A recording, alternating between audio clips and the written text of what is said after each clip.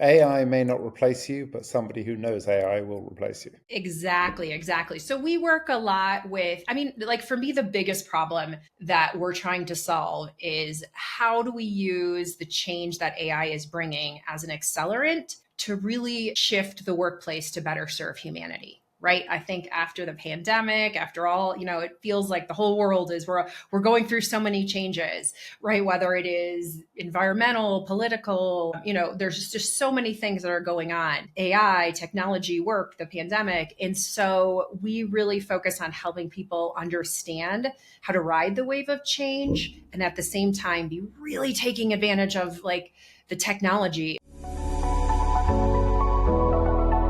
Welcome to A Founder's Life. I'm your host, Leo Gestetner. On this show, we dive into the real stories behind the highs and lows of entrepreneurship and how we pursue a more balanced and meaningful life along the way. This podcast is sponsored by Thanks, helping founders like us scale with reliable remote talent. I'll share more about that. But if you email founders@thanks.com, that's THANKZ.com with the subject line A Founder's Life, you'll get $1,000 off your first month. Now, I'm excited to be joined by Lori Kirkland. Lori, great to have you here. Would you kick things off by introducing yourself? Sure, Leo. Well, thanks for having me. I'm excited to be here.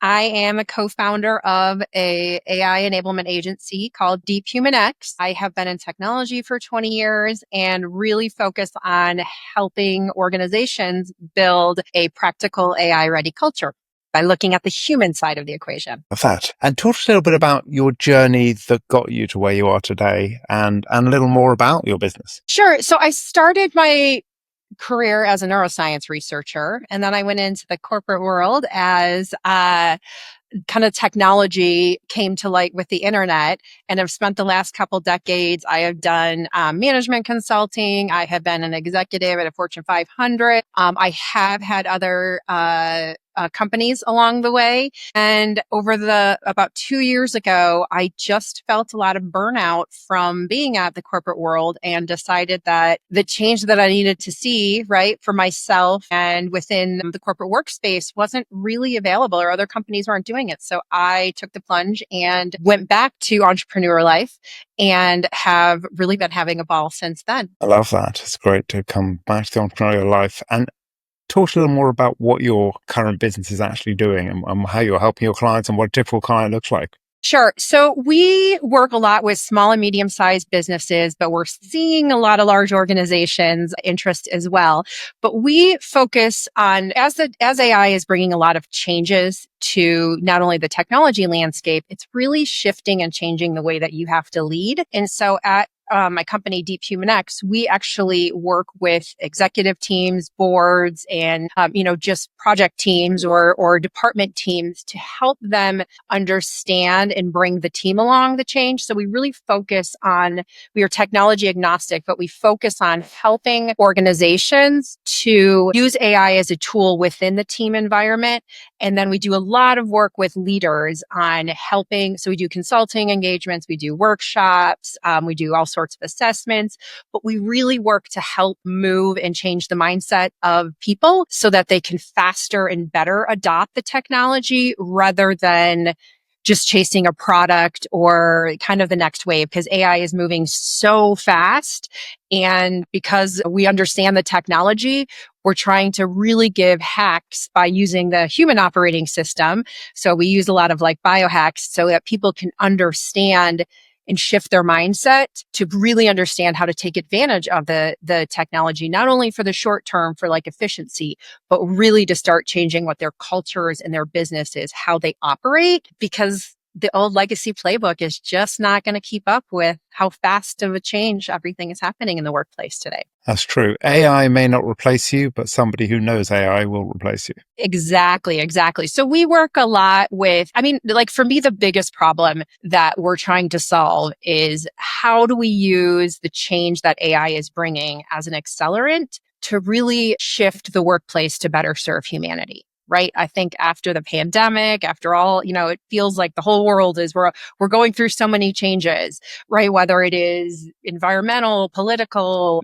there's just so many things that are going on, AI, technology, work, the pandemic. And so we really focus on helping people understand how to ride the wave of change. And at the same time, be really taking advantage of like the technology. It's like having, for me, I feel like it's like having, my own team of 10 personal assistants and researchers because of the amount of work I can get done. And it really is about a small mindset shift of going from a stable linear thinking to exponential thinking of how do we actually make bigger impacts because we don't have as many tech restraints as we used to. Nice. That sounds like something that's definitely needed. And Yes. talk to us a little bit about your family, what family means to you. Well, so family is very important to me. I'm very close with my family, grew up in Michigan, here in the States. And then now I live in Colorado. I have 2 daughters. I went through an experience last year where my husband passed away after 25 years. So I would say in my life right now, the importance of family is really my main priority, right? Like,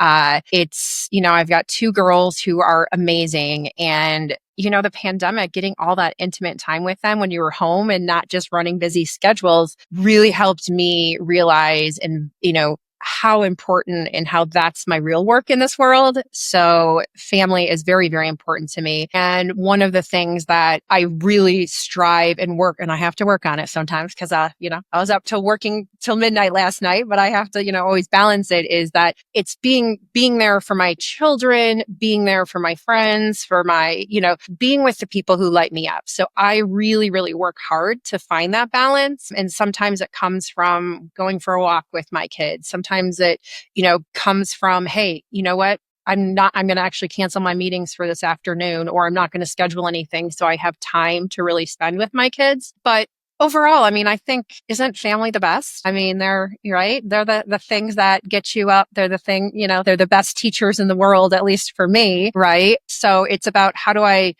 keep my family in my main focus, because it really is my true priority in life. I love when you said spending time with people who light you up. I definitely agree on that one. I'd agree. My kids are definitely the major part of my world. I love spending time with them. I think it's I've definitely, as I've got a little older, maybe a little wiser, I definitely have a no arseholes rule. I think trying to avoid in business or in life, but to be honest, especially with business, I definitely fire some customers who life's too short to work with people you don't like. Doesn't mean they have to be your best friends, but why work with people that just... Well, and it's really interesting because I can think of at my last organization, one of my peers was like the nicest guy, but kind of an a-hole about the people who worked on our teams and stuff. And I was like, that's not, so I just guess I'm going to agree with you. I'm like that too. Like there's a way that you can work. You don't have to be best friends, but you can treat everyone as a human being, and the hierarchy doesn't really matter, especially, I'm sure, as you know, Leo, right? The higher up you get, there's already a natural like break between people. And so the more you can just be yourself and just be a human being and not worry about the power you have, the better the relationship is. And you don't have to work as hard to like just get along, which truthfully brings a lot less stress to you. So I like your no assholes rule, because I think that, that's just kind of the way the world is. There's so many people out there with judgments today and opinions, and I want to work with people who are looking to solve problems versus just complain about them. Yeah, definitely. And how does health look for you? Whether that be mental health, physical health, nutrition, what's your health journey like? So I'm a big health nut. I fully believe in the food you eat, it can affect you, and that your body is a natural healer. So I'm pretty good about, striving always for the 90% whole foods on the plate. So that's one aspect. I do a lot of gardening because that is deeply meditative for me. Like something about getting my hands in the dirt really does help me. It just helps me release a lot of stuff, or it gives me the time to activate. So I'm going to go to the neuroscience background or my human operating system. When you're gardening or you're doing non-specific tasks, when you're just taking a walk, you actually activate a part of your brain that's your most strategic part, and it's called your default mode network. And so something like gardening allows me to look across my life while I think I'm pulling pulling weeds. I'm actually strategizing and categorizing, kind of the rest of my life and finding ways to solve problems across multiple different terrains. And so I am a big component of that. Of you got to have, your food, your mental, your exercise. I'm not a gym rat, so I spend a lot of time with instead of meeting for coffee with people, we go for walks, right? Instead of, going to the gym, I'll go for a hike here in Colorado. I just find that it makes me a better person. And honestly, like when I prioritize myself, I find that into my work life, right? That self-care for me actually helps me focus more, work harder, just be more effective than which I've done in the past, which was, answering phone calls till midnight and working yourself to the bone. Like I just don't do that anymore because I don't serve my company. I don't serve my customers. I don't serve, the people I work with. If my well is empty, if I'm not really being mindful of my own health and doing that own self-care that's needed. Yeah, that makes sense. And I think there's too much of, that working yourself to the bone. And to me, that's a lot of what with this podcast is, it's yes, as an entrepreneur, your to-do list is never done. But there's no point in being an entrepreneur if you can't find some balance in that. So yes, there's times that you do need to work 20 hours a day. We all have that. Yeah. As long as that isn't the norm. Yeah, right. Yeah. And what do you like to do for fun? I like to have fun. I love to laugh. I'm a big concert goer. I love live music. Jam bands are my favorite. I travel a lot. I'm kind of all over the place. I think I have like 5 trips in the next few months. That's been a big shift that I've made recently. I've always been pretty good about doing one international country a year. That's what my family and I strive to do.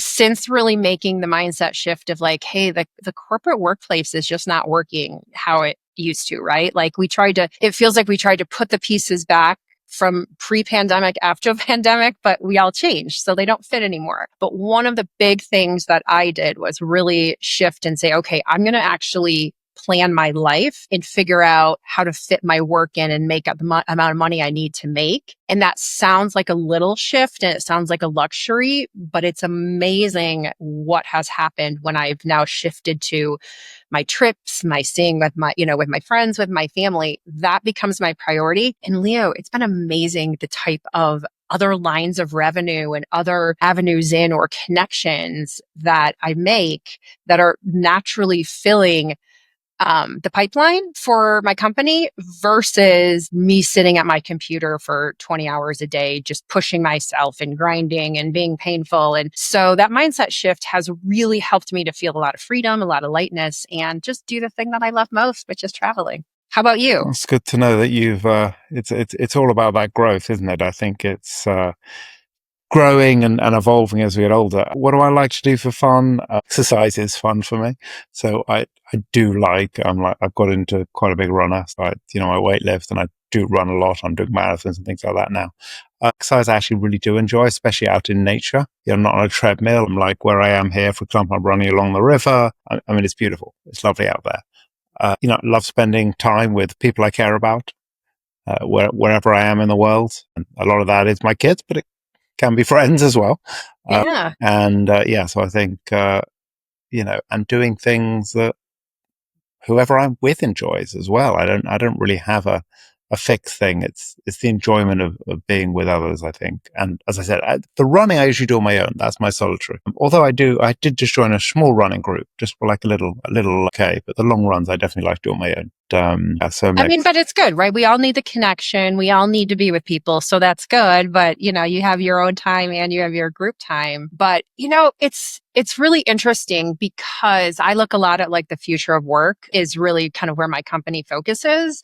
And that really there seems to be a shift going on among leaders, really shifting to where people are starting to realize that you have to chase your joy.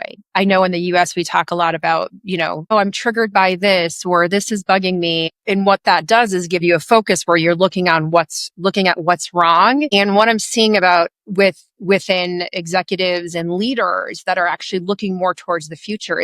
There's a shift in the mindset from looking at what is going wrong to what if it all goes right? What if it all works out? And so we're seeing people who are starting to chase and follow the things that bring them joy. And that is employees, that is leadership. And that is a remarkable thing that it sounds like a small shift, but it literally lightens the mood. It makes individuals happy. It lets everyone connect to their purpose. And so for me, just to kind of, talk about how you said you're chasing your own joy, like that is, I'm always looking for what are the things that are going to light me up. Even if it's something silly, like, I don't know, painting or burning candles or whatever I decide that it is that for that day is the little silly things. And I found that doing that makes it, getting in that practice is just like going to the gym, where when you start looking for the things that light you up, you actually start seeing more because you're building your muscles, your brain muscles, different muscles. But it really does seem like the more you chase joy, the more joy shows up for you when you start just looking for it. Yeah, I actually was just writing the latest chapter in my Digital Nomad blog, and I said that, you have to organize these things with intention. Uh-huh. So whatever those things are, like you're talking about the things that bring you joy, it's very easy to get stuck into not doing any of those things. You have to intentionally plan these things so they happen. I know. And It's really funny. Sorry, go on. As well, I'll share with you something I've discovered is that I totally nerd out on whiteboarding. Like I always knew in work, I loved like leading workshops and like I love design thinking workshops and facilitating those and kind of watching people work together. But I also learned in the last couple of years that like I do at least like you said, like I'm very intentional. I give myself a whiteboard, I play my music and I start drawing, I start making circles, but it's got to be on the whiteboard. And it's like crazy the amount of creativity and intelligence and like way things that come together for me that end up helping me not only with work, but with like all parts of my life when I just let myself have this little joy, like I'm a kindergartner writing on the whiteboard, right? Like who knew after all the years I've spent on self-help stuff and therapy, I'm like, turns out whiteboarding is the thing that like completely lights me up and like connects me back to myself. Again, great that you're finding something that brings the joy for you. And these things change. We definitely evolve and learn new things. And for you, how does a balanced life look? So I would say that balance does not look like family and work. It looks more like this, right? Like it looks like, right? I've really tried to work to keep my calendar based on the things that I value so that it's like I'm doing the work that really does light me up, and I'm not getting hung up in, I should do this. I should send these emails. I should do some more social media posts. I should, connect with my marketing team to have them, amplify this. Like I've gotten away from that and started looking at, okay, what is it that I want to accomplish for the day? And so sometimes that is like, I need to get some stuff done around my house in between my meetings, and that's where it works. Or like I said, I've gotten good at Friday afternoons. My oldest daughter, who's 18 and about to leave for Scotland, is going off to college. So we've been doing we'll go to a yoga class or we'll do like a self-care day on Friday. So balance does not look 50-50. Through my many decades, I have noticed that it doesn't look like, it's not like this and then it ends and it goes there. But there are some days that you have to really just put into work, and there are other days that are really just about being there for your family. So I think balance is really, for me, it's like having integrity with myself, like being honest with myself about what is actually important right now. And everything is not important. That's another lesson I'm learning, right? There's stuff that is totally okay if I move a meeting to next week because something big is going on, right? Like it's funny how the older you get, the more you're like, that it doesn't really matter if this meeting is this week or next week. Yeah, there's very little that really is time sensitive. And what's been a pivotal moment for you? A pivotal moment. I think like pandemic was interesting because there was a lot of time for relooking at what I value in life and am I on track? Where does my kind of inner self, where's my higher self really want to, take my journey in this lifetime? So I would say probably the pivotal moment was my husband died of a heart attack at 55 last year. And it was really devastating. I mean, we'd been together, we have beautiful family, all of my future plans, right, were mapped out with this person, and that whole future was wiped out clean. So who I was as a partner, as a wife, as a mother, who I'm in work, like all of that, my future plans, right? Everything kind of got wiped out, which was really, really, really hard, deeply, right? It's you have to, I felt like I had the opportunity to either break, which it felt like there was moments, right? Like I've been crying on the floor, but what has come out of that is a really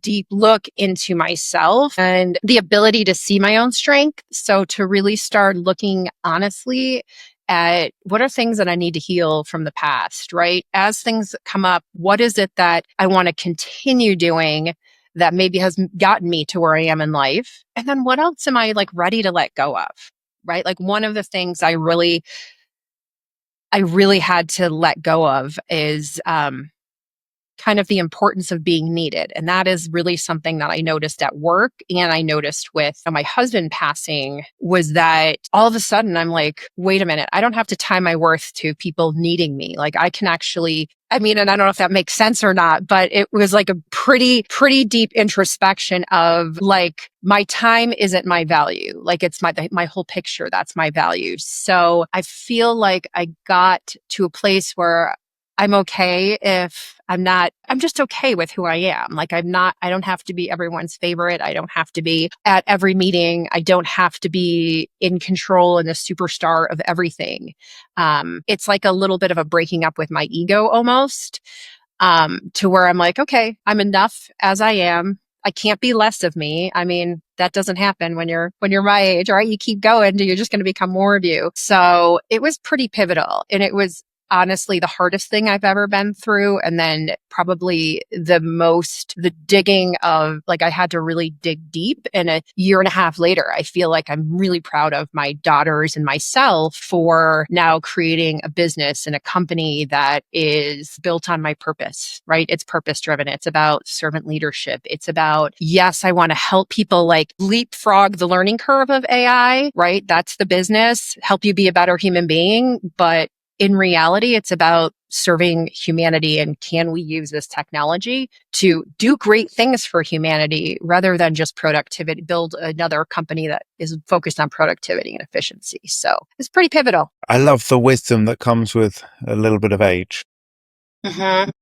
Hopefully something we can pass on, which actually goes well with my next question, which is, what's one piece of advice you would give to an aspiring entrepreneur? Keep going. Day after day, it is about getting up and doing it. And even when you feel like everything's falling apart, you're okay, right? Like even I know there's a lot of younger people who are looking at what's going on with the world and they feel like, oh my God, it's going to all fall apart. But if you look back in history, we are not in the worst of times, right? We, even though there's the brink of war and things going on overall, we're doing pretty good globally, but things will get better. And this is just part of what it feels like to be in a transition in life. And so everything that happens today is important, but it doesn't define who you are, and tomorrow is a new day. So keep on going, keep on pushing, keep on digging past your fear that tells you you're not enough, you're probably not right, like all that self-talk.